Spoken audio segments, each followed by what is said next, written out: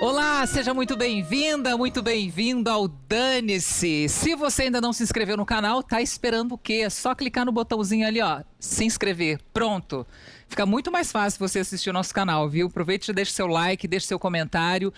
E o negócio é o seguinte, hoje quero lembrar para vocês que na novela Renascer da Globo, novela das 9, tem um personagem chamado Buba, que é um personagem de uma mulher trans, interpretado pela atriz a Gabriela Medeiros. Pois bem, a Gabriela Medeiros é uma mulher trans. E na novela, ela é rejeitada pelos pais, pela família. Hoje, na vida real, aqui no Dane-se, eu recebo a Ju. E aí, Ju?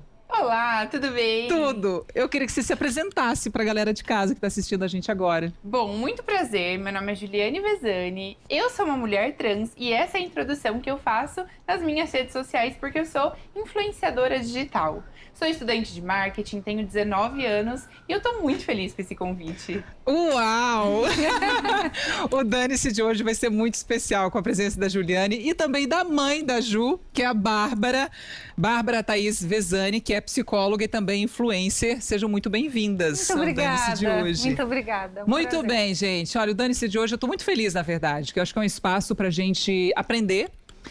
Não é um ambiente que eu me sinto muito confortável quando esse assunto, quando a gente fala da mulher trans, do homem trans, é uma coisa nova para mim, imagino que para você também.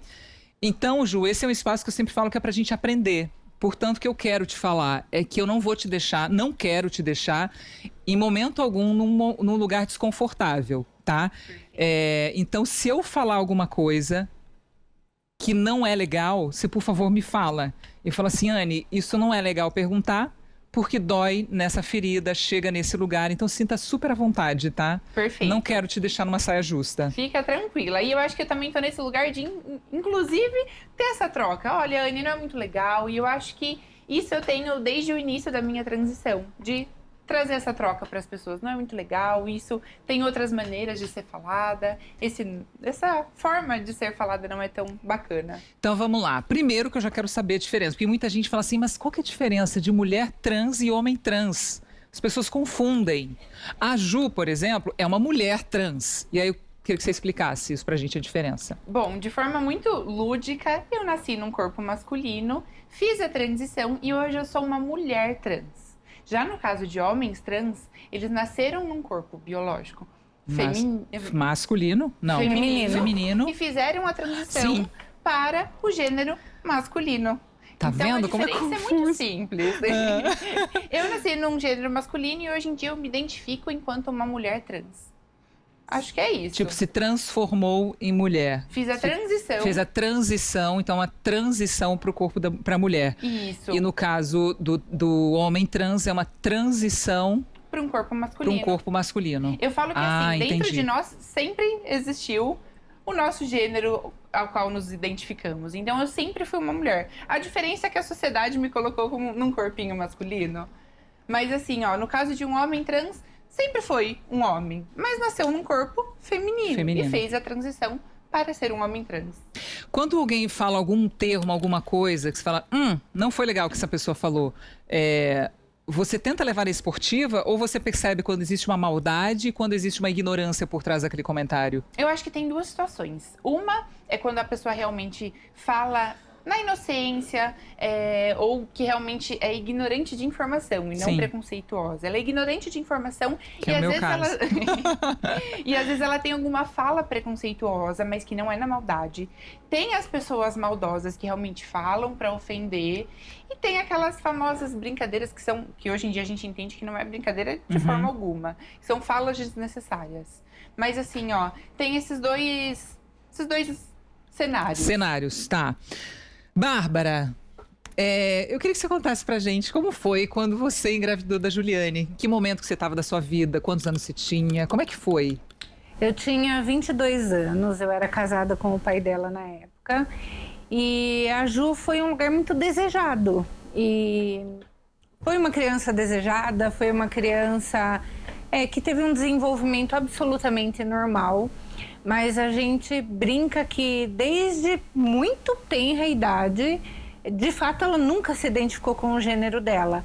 Então, por volta dos 3 aninhos e meio, que é a idade que muitas crianças até estão falando de fato, ela já me questionava: por que eu sou um menino? Eu não sou um menino. Eu não quero ser um menino. Filmes, tudo que era do universo masculino, ela sempre repudiou. Tanto que ela tem uma tatuagem do desenho preferido dela, que ela era apaixonada pela Branca de Neve. E eu dizia que se colocar o desenho no mudo, até hoje eu conheço as falas, porque a gente só assistia aquele lá. E foi assim, brinquedos, tudo, nada do universo masculino a Ju se identificava. Mas há anos atrás não se tinham todas as informações que tem hoje. A gente não tinha acesso, não tinha nem internet como tem hoje. Então eu acho que eu fui obrigada a ajudar a reprimir durante muito tempo, porque inclusive deixar a Ju se expressar da maneira como ela se sentia era um lugar onde eu era julgada, onde a sociedade julgava. Mas chegou um momento onde não deu para conter. Mas a Ju, eu falo que a nossa conexão é uma conexão de longa data, não é dessa data. A gente tem uma conexão assim, não que eu não tenha com a minha outra filha, mas é um lugar diferente. Agora, o meu lugar com a Ju, eu falo que a gente tinha essa missão juntas. E é isso, ela sabe. A minha frase para ela sempre foi que eu amo ela para sempre e infinito, e vou estar com ela para sempre. É isso. Que lindo. O olho dela brilha falando de você, Ju. A gente sempre foi muito parceira uma com a outra.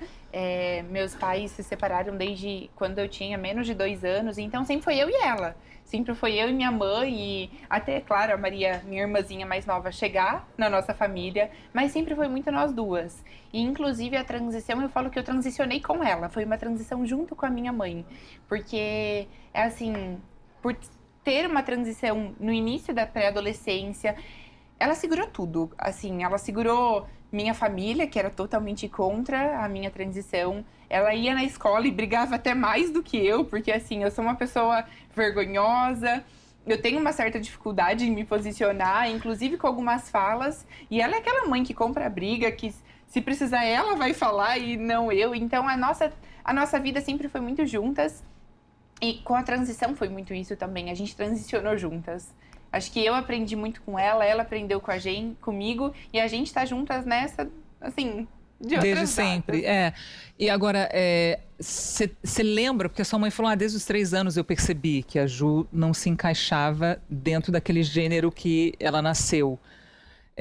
Qual a memória que você tem de infância que você fala, nossa, realmente não me encaixo aqui, tem alguma coisa que eu não consigo ficar com os meninos aqui, que não combina comigo? Eu acho que não tem uma situação específica. Eu nunca me identifiquei com o gênero ao qual eu nasci. Nunca mesmo. Então, assim, sempre me encantou muito tudo que era do universo considerado feminino. Então, a minha avó, a minha mãe sempre foram mulheres que eu admirei muito. Eu roubava às escondidas as roupas delas. Quando a gente foi morar na casa dos meus bisavós, a coisa de avó, né? Tem aquelas cortinonas bem longas. Eu ia atrás e fazia de vestido. Pegava toalha para fazer de cabelo. Então, nunca teve uma situação em específico que eu lembre que eu fale, realmente eu não me identifico. Sempre foi muito natural a não identificação. É esquisito falar dessa forma, mas para mim sempre foi muito claro que eu sempre quis ser uma menina. E conforme eu fui crescendo, esses desejos foram se aflorando, mas o desejo pela transição, por ser uma mulher, foi se aflorando ainda mais. Então, por exemplo, eu lembro que tinha as novelas da SBT, que o Carrossel foi uma super febre quando eu era criança. E aí eu falava, se um dia eu for atriz, porque eu sempre gostei do meio artístico, se um dia eu for lá no SBT e minha mãe me levar, será que eu não consigo ser uma menina e ninguém saber que eu sou um menino? E aí as minhas visões de quando eu seria adulta sempre foi uma mulher. Então, pra mim, sempre foi muito claro que eu não era um menino. Mas quando é criança, ainda se leva na brincadeira. Então, boneca. Eu sempre esperava todo mundo escolher os brinquedos para falar, poxa, só sobrou boneca. Então, essa questão da identificação sempre foi muito claro para mim que eu não era um menino. E hoje você é a mulher que você sonhava em ser quando era criança? Sou. Isso para mim é muito gratificante, assim. Eu falo que hoje em dia, todas as conquistas dentro da minha transição, eu acho que eu completei. Então, eu consegui mudar meu nome nos cartórios, eu fiz a minha terapia hormonal e, recentemente, eu fiz a minha cirurgia de adequação genital. Então, hoje, eu me sinto 100% completa como mulher que eu idealizei quando eu era criança. Que demais. Falando que tem uma coisa, né, de identidade de gênero, que quando a gente nasce... Você nasce de um gênero e depois isso não significa que você... porque assim, identidade de gênero e orientação sexual são coisas completamente diferentes, né? E aí eu brinco que é muito fácil, na verdade, você entender. Um homem, por exemplo, um homem, sofre um acidente. Nesse acidente, o órgão sexual dele ali, um órgão sexual masculino, corta fora, fica sem. Ele não vai deixar de sentir homem porque ele não está com o órgão sexual dele. Ele vai continuar sentindo homem.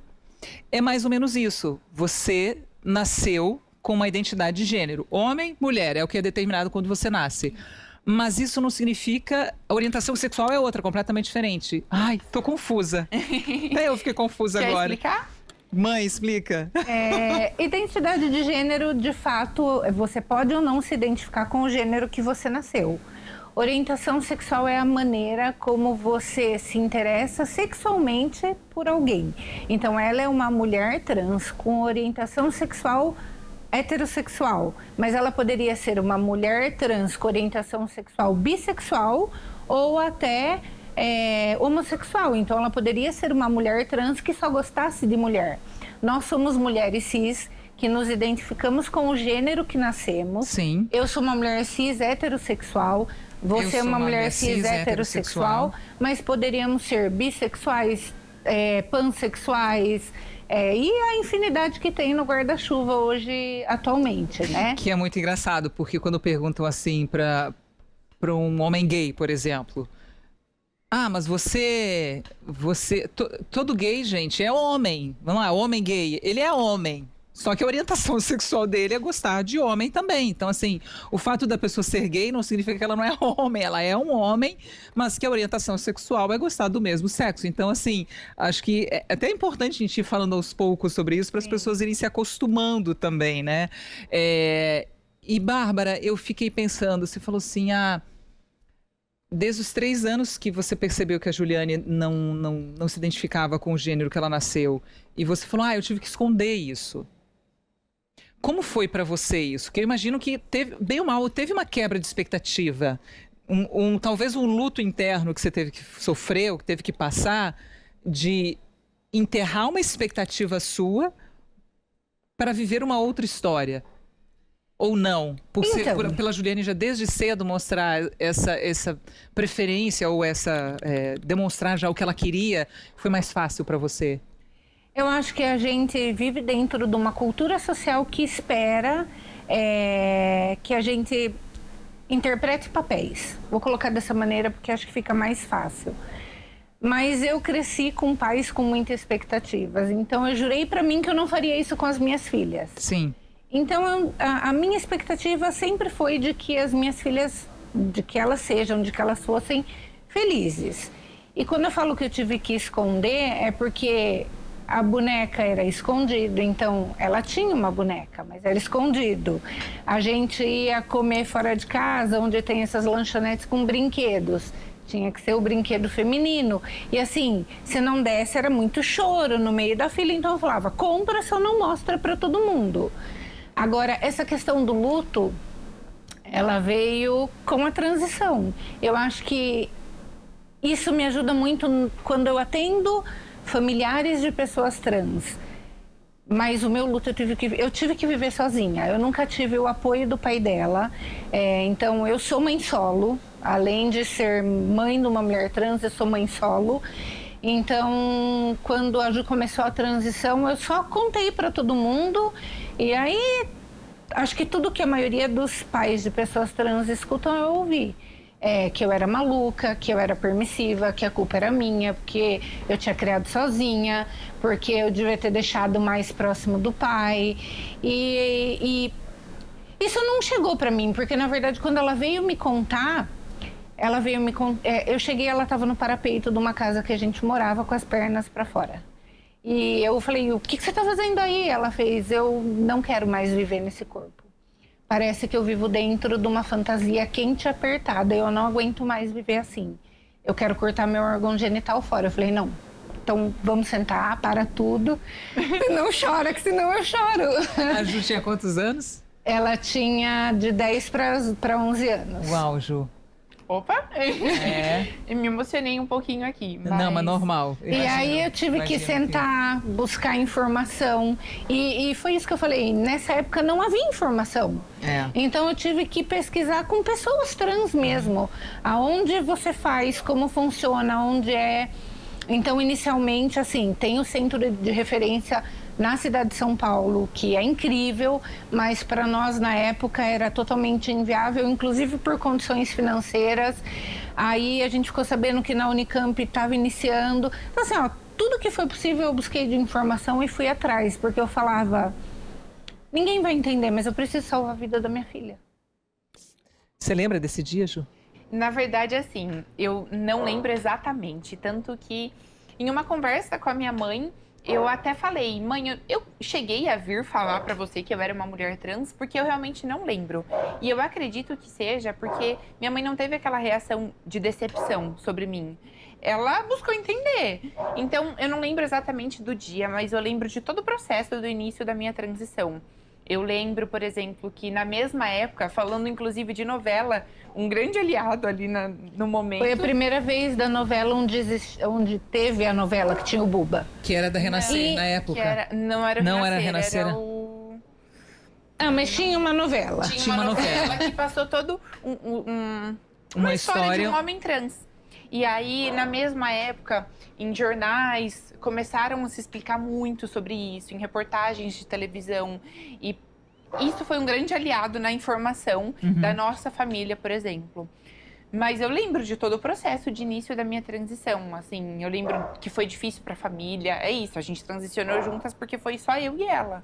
Eu nunca tive um pai muito presente. E aí, por exemplo, quando eu ia para casa dele, as falas dele, da família, era que era falta de Deus, que ele se culpava porque ele não foi um pai presente.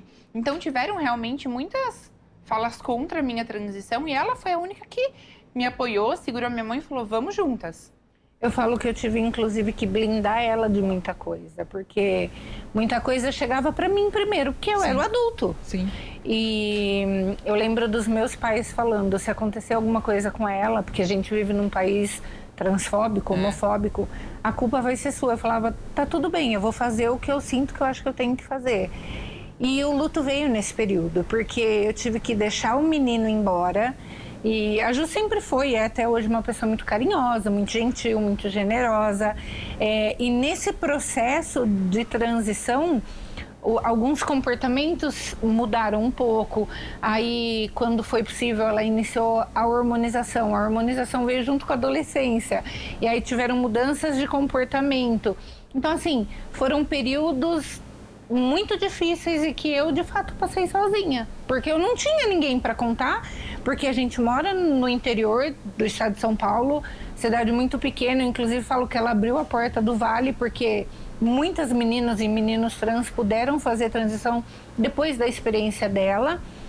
E também porque isso, não tinha apoio, não tinha ninguém, então eu tinha que chorar escondido e me fortalecer, para ir explicando. Calma, as coisas vão acontecer no tempo certo, tenha paciência. Foi uma transição muito cautelosa. E como que você trabalhou essa questão da culpa, né? Porque você falou, muita gente me culpava, meus próprios pais, a sociedade, de uma certa forma, culpa a mãe. Depende se o pai ou não está presente ou não, quem é a culpada sempre vai ser a mãe. Você que tem essa responsabilidade. Talvez você não educou direito, você deu má influência para ela, não levou para a igreja, não sei o que lá, né? Como você ouviu muita coisa. Onde você colocou essa culpa? Como que você trabalhou essa culpa? Muita terapia, né? Muita terapia. Mas eu brinco, assim, e toda mãe solo entende o que eu vou falar, mas toda mãe no geral entende. Eu falo que nasce uma mãe, nasce uma culpa. Sim. Então a gente já nasceu um filho, a gente já entende o que é culpa. Então, acho que a gente já trabalha a culpa, principalmente quem faz terapia, já trabalha a culpa da maternidade para sempre. Porque se você vai trabalhar, é porque você foi trabalhar e deixou. Se você fica, é porque você abandonou sua profissão. Então, assim, a gente vive rodeada de culpas, né? O que eu tentava era que as coisas chegassem menos nela, porque eu sabia que ela já ia sofrer. Quando que você se olhou no espelho e falou, me reconheço? Na verdade, acho que cada passo que eu dei, desde o início da minha transição, eu não sei se é só uma fala de agora eu me reconheço, mas, poxa, tô caminhando pra mim. Então, eu lembro muito da minha primeira blusa feminina, a gente tava numa loja, eu já tinha falado com ela, a gente tava nessas conversas, nessas rodas, e aí eu falei pra minha mãe, me dá uma blusa? Ela falou, dou. Eu falei, sério? Ela falou, eu falei, e aí, assim, ó, eu lembro dos detalhes de como ela era, uma blusinha super da moda, eu lembro, e é muito assim, eu lembro de cada passo da minha transição. Então, eu lembro da minha primeira maquiagem, do meu primeiro biquíni, da primeira vez que eu saí para uma festa 100% com roupas femininas. Foi muito esse passo a passo mesmo. A primeira vez que eu comprei um sutiã, eu nunca tive muito seio, é de família isso, mas eu me sentia assim, a mulher mais peituda de sutiã, e eu amava. Então, assim, foi muito... Cada passo eu comemorava muito, eu ficava muito feliz com cada pequeno passo que eu dava dentro da minha transição. E acho que é isso, assim, cada passo, todo mundo acho que vive um pouco disso, toda mulher trans, pessoa trans, entende o que é cada coisa. Então, quando eu fiz a minha mudança de nome nos registros, foi muito, muito uma conquista mesmo. Eu fiz com 16 anos, eu entrei na justiça, consegui fazer a mudança, foi uma baita conquista.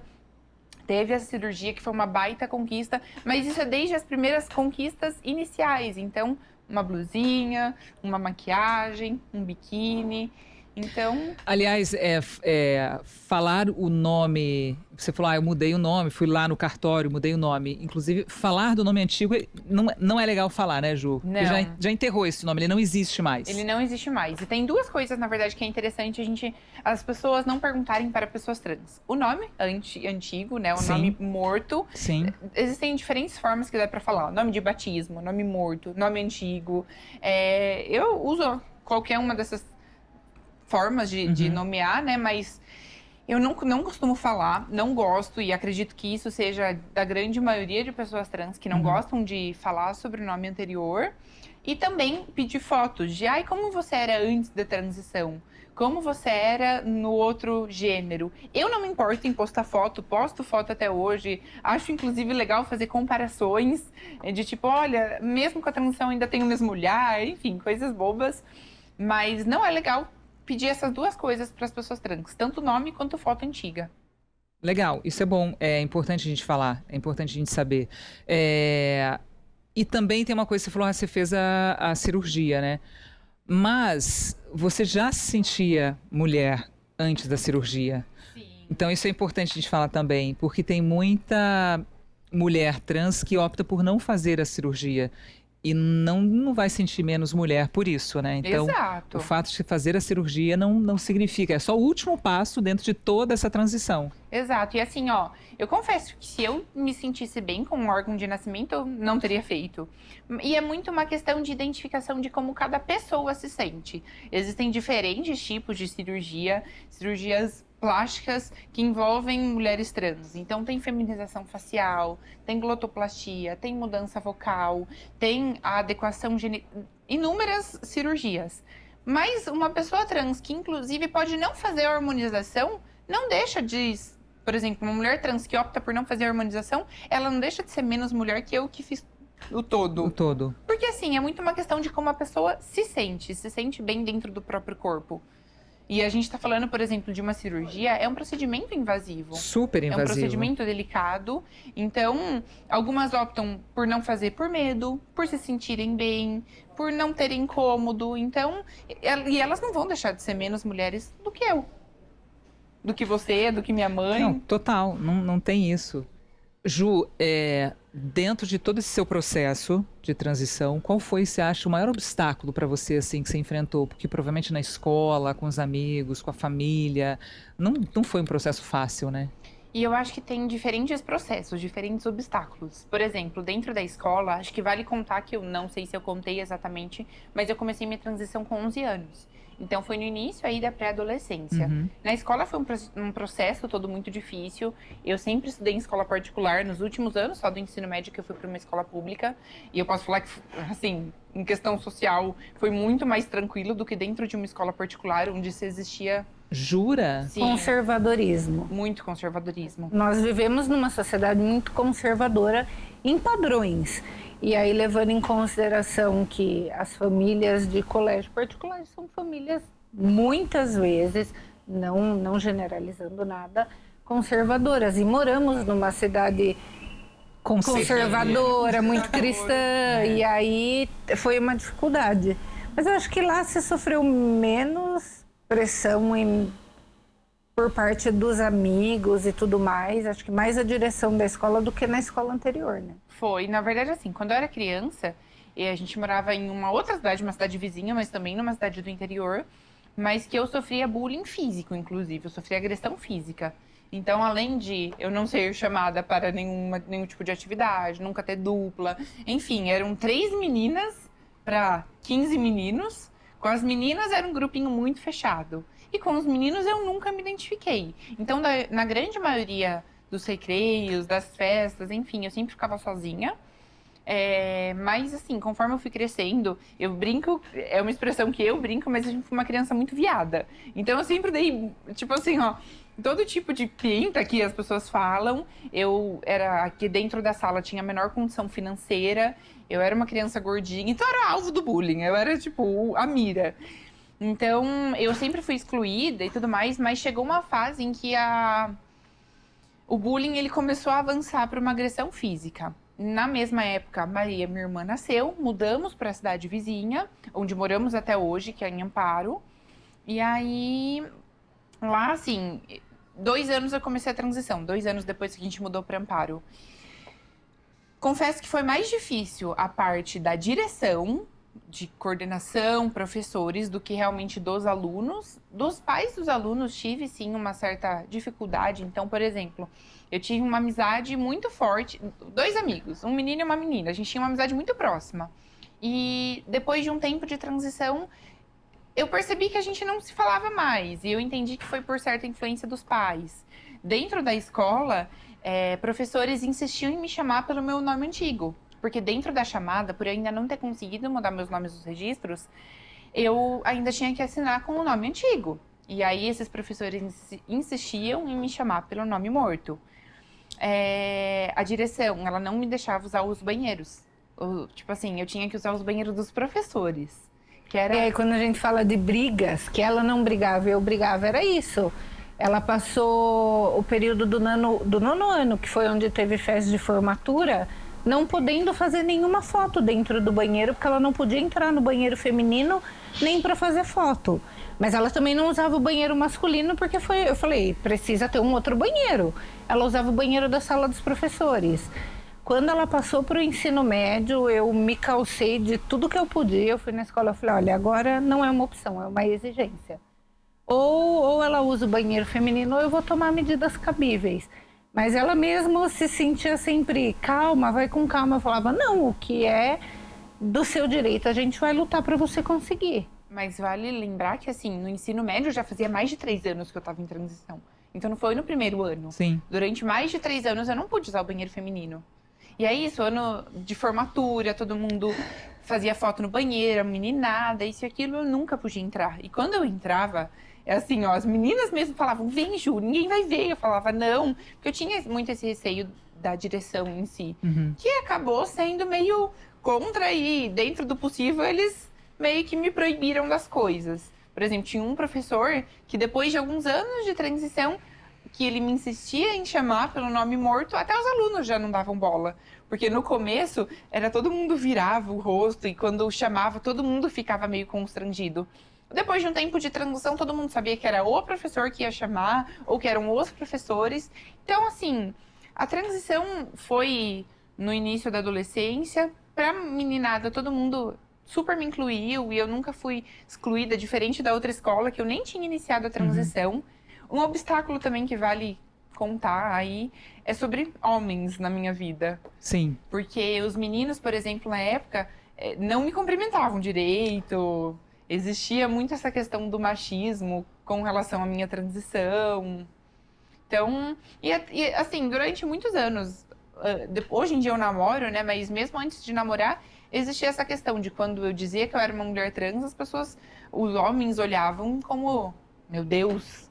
E hoje, como é que você percebe esse preconceito ainda? Hoje em dia eu namoro, então hoje em dia essa questão social de me relacionar com homens não é tão presente igual era alguns anos atrás. Mas um pouco antes de namorar o meu namorado, tipo, eu sentia muito isso. E isso faz 2 anos. Então, há 2 anos atrás, mesmo com 6 anos de transição, eu sentia muito essa diferença no olhar, as falas preconceituosas. Existe uma fetichização muito grande do corpo da mulher trans. Mas é uma fetichização camuflada. Então, muitas vezes ela chorou, mas acho que eu ensinei algumas coisas direito, de tipo, ele quer sair comigo, ele quer me conhecer, ele está me convidando, mas no escondido. E no escondido eu não aceito. Eu não sou motivo de ser escondida. Então os meninos tinham desejo, tinham vontade de tê-la por perto, de sair com ela. E era aquela fase de começar a dar os primeiros beijinhos, mas era nesse lugar de ter que ser escondido. Porque eu te desejo, mas a sociedade não aceita que eu te deseje. Desculpa, pode falar, Ju. E só complementando a fala da fetichização, é muito nesse lugar, inclusive, do próprio órgão. Então, tem muito esse lugar da fetichização. Acho que isso a gente consegue aí englobar outras vertentes. Então, a fetichização do corpo de uma mulher negra, tem de uma Também. mulher trans. Sim. Então, de modo geral, a sociedade tem essa fetichização, mas é isso. É só para complementar a fala de que, além da fetichização, existe essa questão do sigilo. Do Que é o sigilo. que ela comentou. A gente está no mês do orgulho LGBTQIAP+. E o Brasil, como você falou, infelizmente ocupa um lugar bem ruim. 2023 foram 257 mortes violentas de pessoas LGBTQIAP+, mais do que em 2022. Esse é um dado, era um levantamento feito pela ONG LGBT da América Latina, da Grupo Gay Bahia, né, que é a mais antiga organização não governamental de LGBT da América Latina. E o número mantém o Brasil no posto de mais homotransfóbico em todo o mundo. E aí eu te pergunto, Bárbara, como é que você lida com esse medo do que pode acontecer com a Juliene por conta desse preconceito da sociedade? Eu, inclusive, fiz um vídeo esses dias nas minhas redes sociais falando disso. Eu tenho medo todos os dias. Existe um termo que é considerado um termo transfóbico, mas assim, hoje a Ju tem uma passabilidade, que é um termo que exemplifica assim, ela é mais passável enquanto uma mulher. Sim. Que me traz uma pontinha, às vezes, maior de segurança. Ao mesmo tempo, ela é uma figura pública já, ela é reconhecida fora do estado, inclusive. Então, assim, a gente tem medo todos os dias. Eu acho que quem é mãe de pessoas trans não tem um minuto que a gente não tem medo quando eles estão fora de casa. Porque é isso, é no uso do banheiro, em lugares com poucas pessoas, é no medo de bebidas alcoólicas, então, e não é o medo por ela, eu confio na minha filha, eu confio na educação que eu dei para ela, mas é o medo das outras pessoas. Acho que a gente vai ter medo pro resto da vida. E essa coisa de você ser um influencer hoje, você, já nas redes sociais, você se define, eu sou uma mulher trans. Até na abertura você falou isso.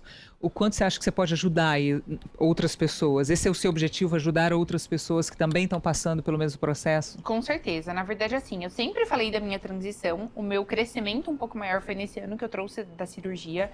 Mas eu sempre falei, e eu falo que a minha missão dentro das redes sociais é dar voz para as mulheres trans que não estão através das redes sociais, que estão no lugar de marginalização que a sociedade as coloca. Então, que eu possa trazer informação para as pessoas cis e que vivem dentro da bolha, para que desmistifique o preconceito e que eu possa ajudar as pessoas trans e dentro da comunidade. Então, acho que é um pouco desses dois âmbitos, tanto com pessoas cis, héteros, padrões, que vivem dentro de uma bolha, que às vezes não se interessam pelo assunto. Por isso que eu tento trazer de maneira mais leve possível. Porque eu falo que assim, ó, a gente às vezes tá nas redes sociais para distrair do dia a dia, que às vezes é muito puxado. Então que meu vídeo possa ser leve, descontraído, mas com informação, para que as pessoas que não se interessam, que possam parar um minutinho para ver. E para as pessoas trans que às vezes estão iniciando a transição, ou que já estão há alguns anos na transição, mas que estão com alguma dificuldade, que eu possa, através das minhas vivências, me identificar com elas, que eu possa levar esse tipo de informação.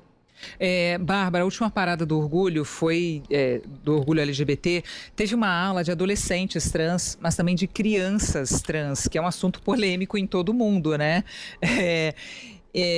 Inclusive, para muita gente, as pessoas falam que a criança é trans por uma influência dos pais. E aí eu queria jogar essa bomba na sua mão, assim, para você, como mãe, responder. Eu estava debatendo ontem exatamente numa publicação que veio dizendo que crianças trans não existem, que são os pais que estão tirando. Nossa, assim, ó, para mim é muita asneira, tá? Não tem como não dizer que crianças trans existem. Crianças trans existem. O que não existe hoje é uma sociedade que ainda aceite isso. Por conservadorismo mesmo e... É isso, existe uma marginalização de tudo que não é padrão na nossa sociedade. Mas crianças trans existem. Ela era uma criança trans que viveu dentro daquela roupa escura e quente que ela dizia, porque a sociedade não deixava ela sair. Agora, existe muita mistificação, existe muita mentira envolvida em torno das crianças trans, de cirurgias, de hormonização. Então, assim, existem leis para idades, para se hormonizar, para cirurgia. Tanto que a cirurgia, o desejo da Ju sempre foi a cirurgia.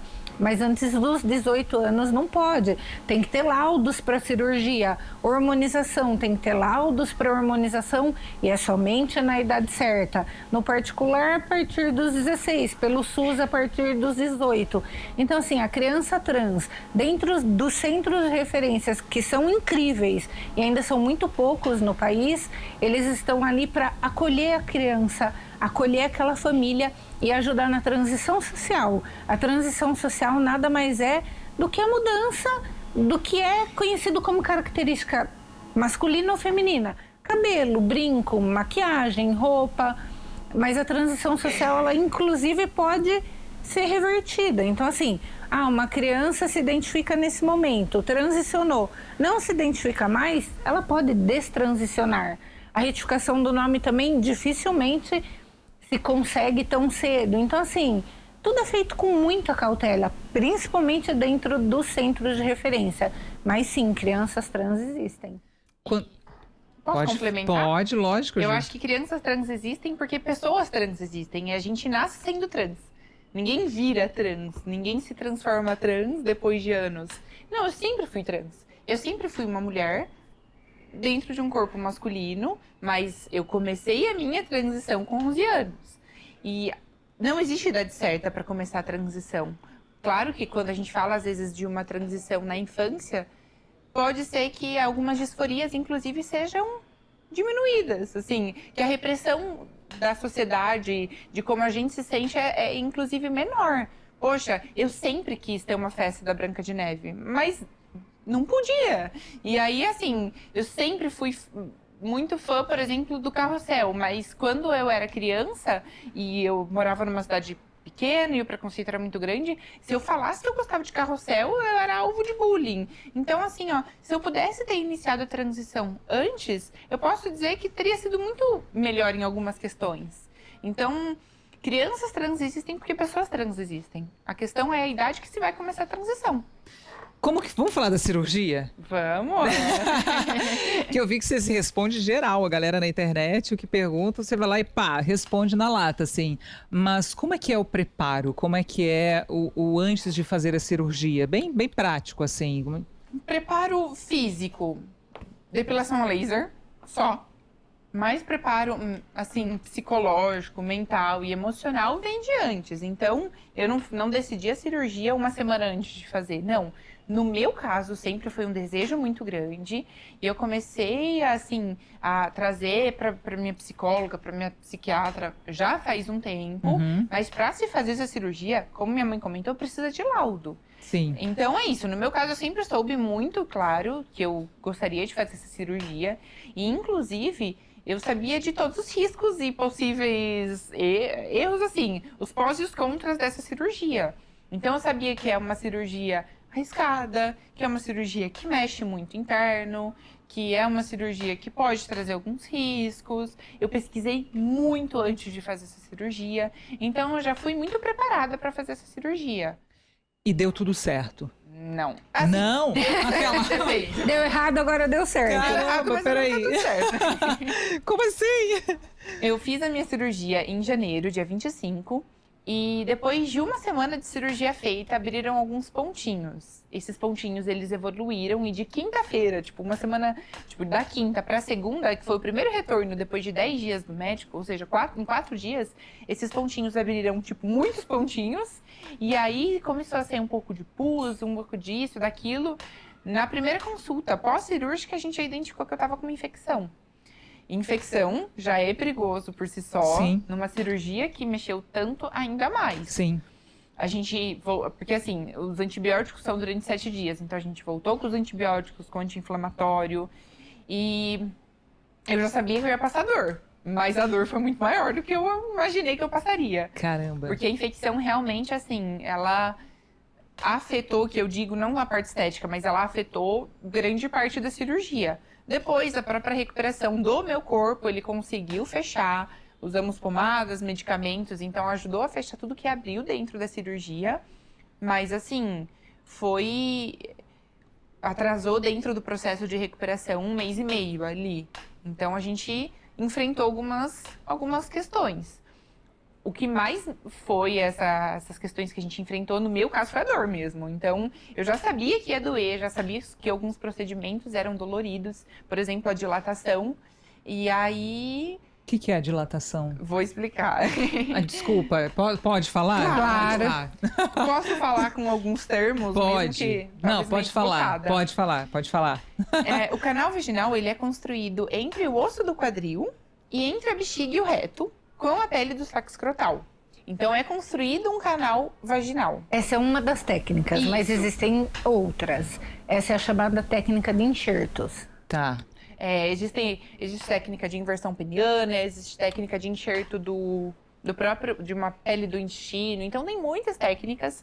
Eu fiz a minha cirurgia aqui no Brasil, porque o país referência é na Tailândia. Muitas mulheres trans vão para lá, de diferentes locais do mundo, vão para Tailândia para fazer esse tipo de cirurgia, que é o país referência, mas eu optei por fazer aqui no Brasil.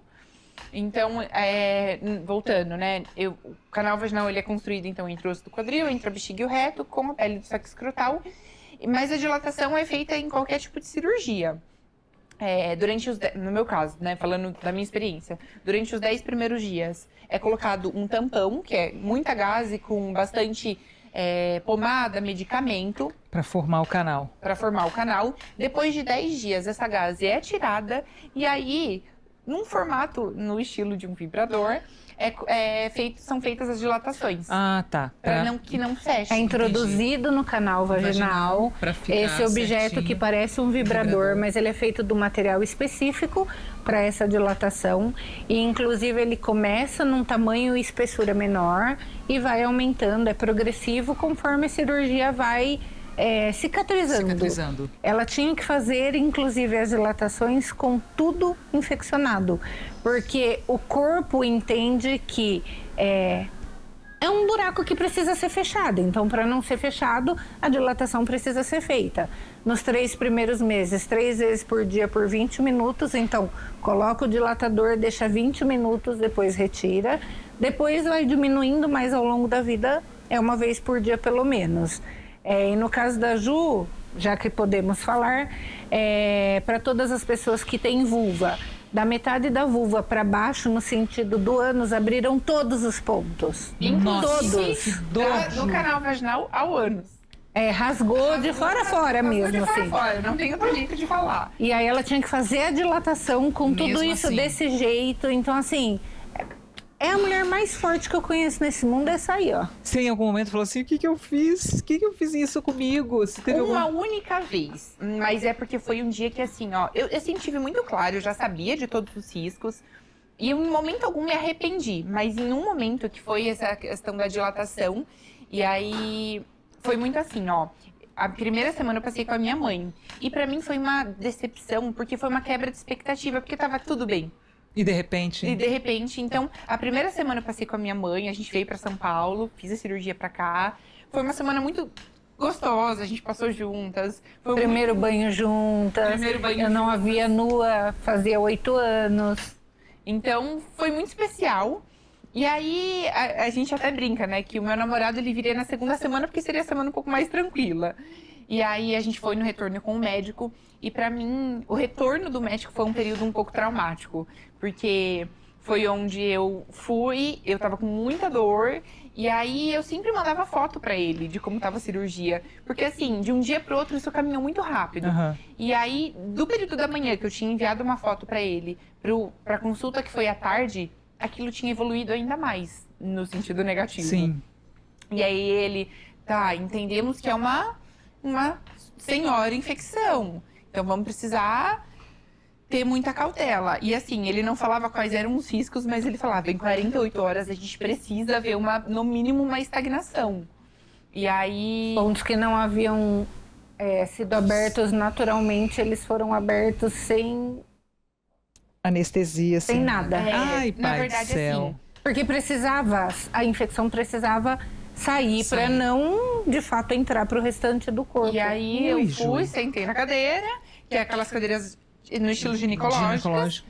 E aí, esse tampão que é colocado, introduzido dentro do canal vaginal, ele precisa ser retirado. Ele até passou um anestésico, acredito eu não fiquei vendo, porque já tava doendo muito.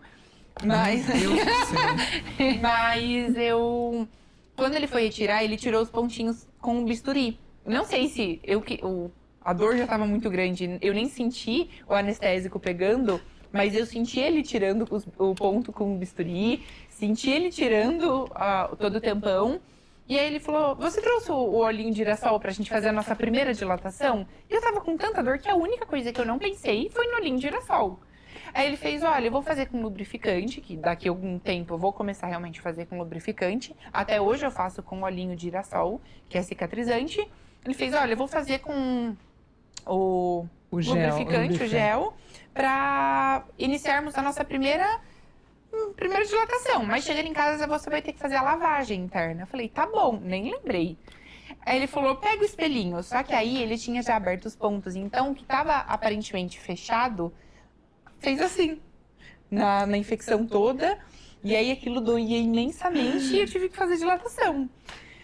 Chegando em casa, eu e Jean, eu falei, eu não sei como eu vou fazer pra lavar. E aí ainda tive que lavar interno com aquelas duchinhas higiênicas. Então, Era ligação toda hora. Mãe, o que eu faço agora? Mãe, onde que eu coloco? Mãe, E eu queria voltar pra cá, mas eu não podia deixar a baixinha de novo, que ela já havia A Sofia ficado mais nova. 11 dias longe de nós.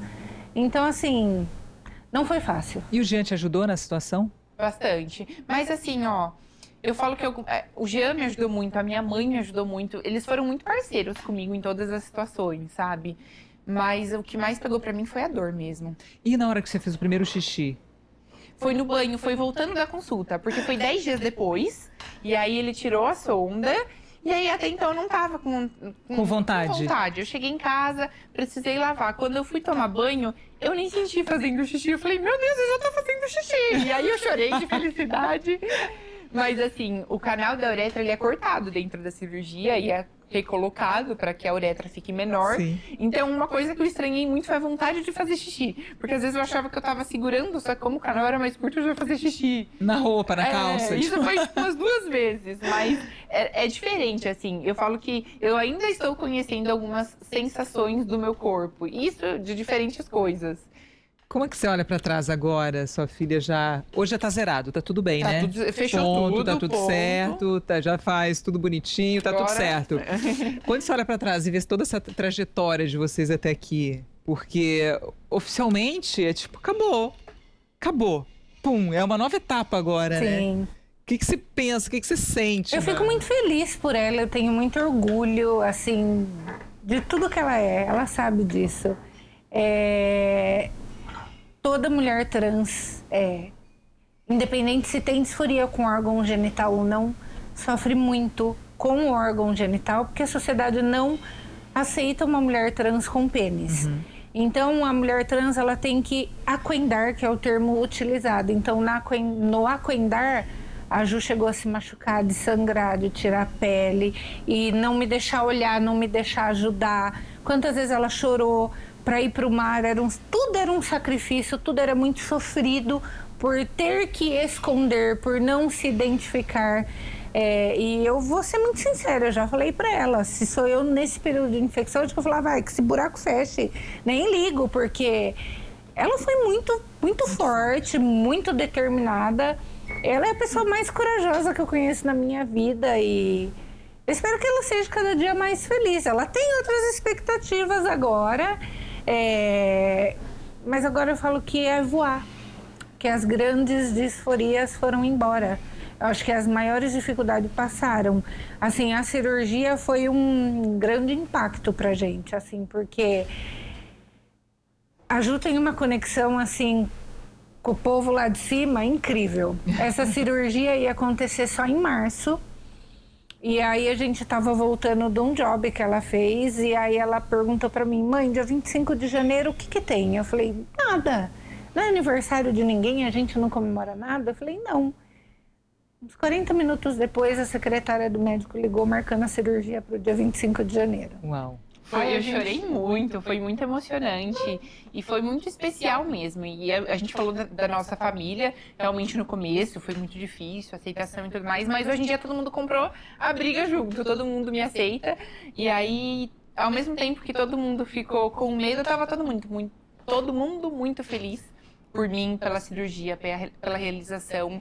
A minha avó materna, por exemplo, ela não é muito do cuidado, mas depois de um mês eu fui passar um tempinho na casa dela, ela colocava luva, aprendeu a ajudar a fazer os curativos. O Jean foi um baita do enfermeiro. Então, assim, todo mundo comprou junto à cirurgia. Mas, por exemplo, quando eu tive a infecção, foi uma corrente de orações para que isso tudo se normalizasse. Não perdesse a cirurgia, porque o clitóris era um grande medo, né? Vamos perder o clitóris? Vamos perder o prazer? Tem clitóris, tem ponto tudo. G? Ponto G, clitóris, canal vaginal, tudo. Tudo. Inclusive, não sei se eu posso falar dessa parte, mas inclusive é bonitinho igual. Maravilhoso, não sabia. Tudo. Perfeita. Tudo é recolocado. Até me perguntaram um pouco depois da cirurgia, mas é cortado fora? Eu falei, não, tudo é aproveitado. Tudo é aproveitado, tá vendo? Tudo é aproveitado. Mas, Ju, o quanto esse apoio, não só da sua mãe desde o início, né, mas o quanto o apoio dela e depois da sua família toda fez a diferença para você ser essa Ju inteira hoje aqui. Com certeza, assim. Minha mãe foi em tudo, mas tiveram outras pessoas. O Jean, por exemplo, foi um baita de um aliado junto comigo ali. Você perguntou da cirurgia, né? Ele ajudou a fazer os curativos, deu um apoio emocional. A minha avó, os meus avós todos. Então, depois, quando eu fui passar esse tempo na casa dos meus avós, eles ficaram muito felizes de eu estar lá com eles. É isso, eu sempre tive uma ligação muito próxima, muito carinhosa com a minha família, com o meu namorado. Então, assim, eu falo que a conquista foi de todo mundo. Todo mundo ficou muito feliz por mim. No dia da cirurgia, são 8 horas de cirurgia, são 2 tipos de anestesia. É uma cirurgia gigantesca, cheia de riscos. A gente fez um grupo pequeno, tinham os meus pais, meu irmão, minha cunhada e poucos amigos, que eram as poucas pessoas que ela desejou contar. E eu fiquei sozinha aqui em São Paulo, fiquei sozinha no hospital nessas 8 horas, mas eles estavam ali me apoiando. E aí, como tá? E aí, como você está? Eu não sei, parece que eu fiquei anestesiada 2 dias antes da cirurgia, anestesiou. Parece que eu não sentia mais. Eu só senti o impacto da coisa 2 horas antes da cirurgia terminar. Porque daí parecia que aquilo não acabava mais e eu não havia e foi assustador, assim, mas até então todo mundo fala, como que você ficou sozinha no hospital? Eu falo, não, eu não sei, eu só fiquei. Ju, se tivesse que passar por tudo de novo, você passaria tudo de novo? Passaria. Eu sei que você não tem problema de... Aliás, cadê o celular da Ju?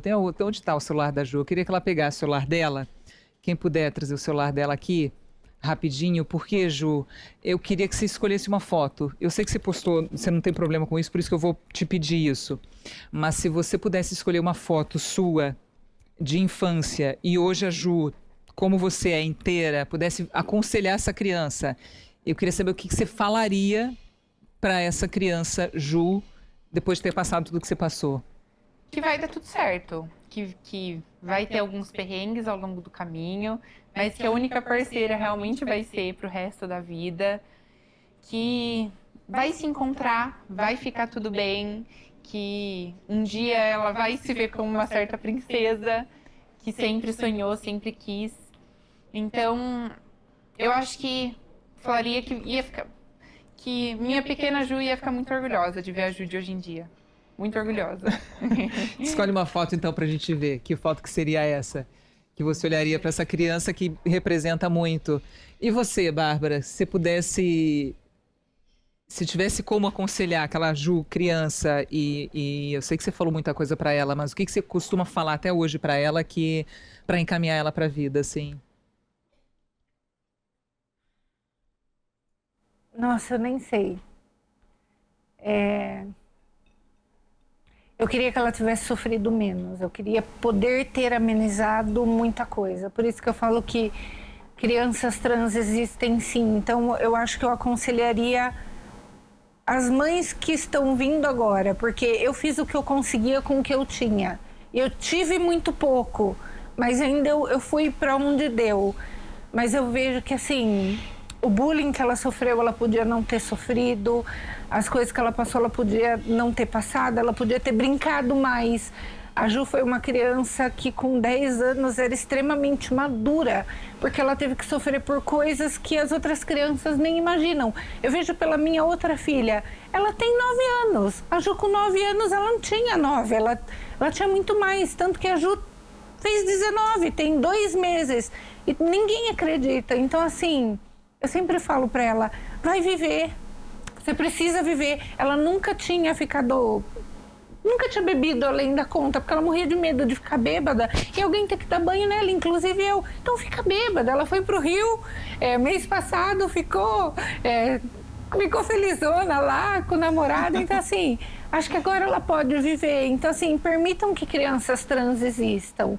Porque pra gente que nasce num corpo que se identifica, a gente tem pequenas disforias, porque a sociedade já cobra muito, inclusive o corpo da mulher é objetificado o tempo todo, a gente é cobrado o tempo todo.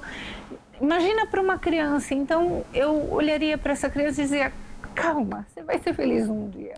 E essa é a criança. E essa é a criança. Essa é a criança, a gente vai colocar depois. Essa é a criança.